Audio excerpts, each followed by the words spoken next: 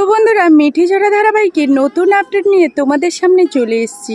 তো চলো পুরো ভিডিওটা দেখতে থাকো, আশা করি তোমাদের ভালো লাগবে। নীলুর সব চক্রান্ত মাটি করে অনির্বাণ রায়ের মাথাতে সিঁদুর পরিয়ে দেয়।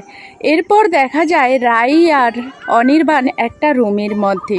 তখনই রাই বলতে থাকে যে আমার কপালে এত সুখ সইবে তো অনির্বাণ, কারণ এত বাধা পেরিয়ে শেষমেশ তুমি আমাকে তোমার নিজের করে নিয়েছো। তখনই অনির্বাণ বলতে থাকে যে এরপর থেকে সব সময়ের জন্য সুখ দুঃখের সাথী হব আমি তোমার, সব সময়ের জন্য আমি তোমার পাশে থাকবো, আমি তোমাকে খুব ভালোবাসি রাই কিশোরী। এই কথা শুনে রাই খুব হাসতে থাকে আর খুশি হয়ে যায়, আর অনির্বাণও হাসতে থাকে, খুবই খুশি হয়ে যায়। তো বন্ধুরা, এই ছিল মিঠি ঝরা ধারাবাহিকের নতুন আপডেট।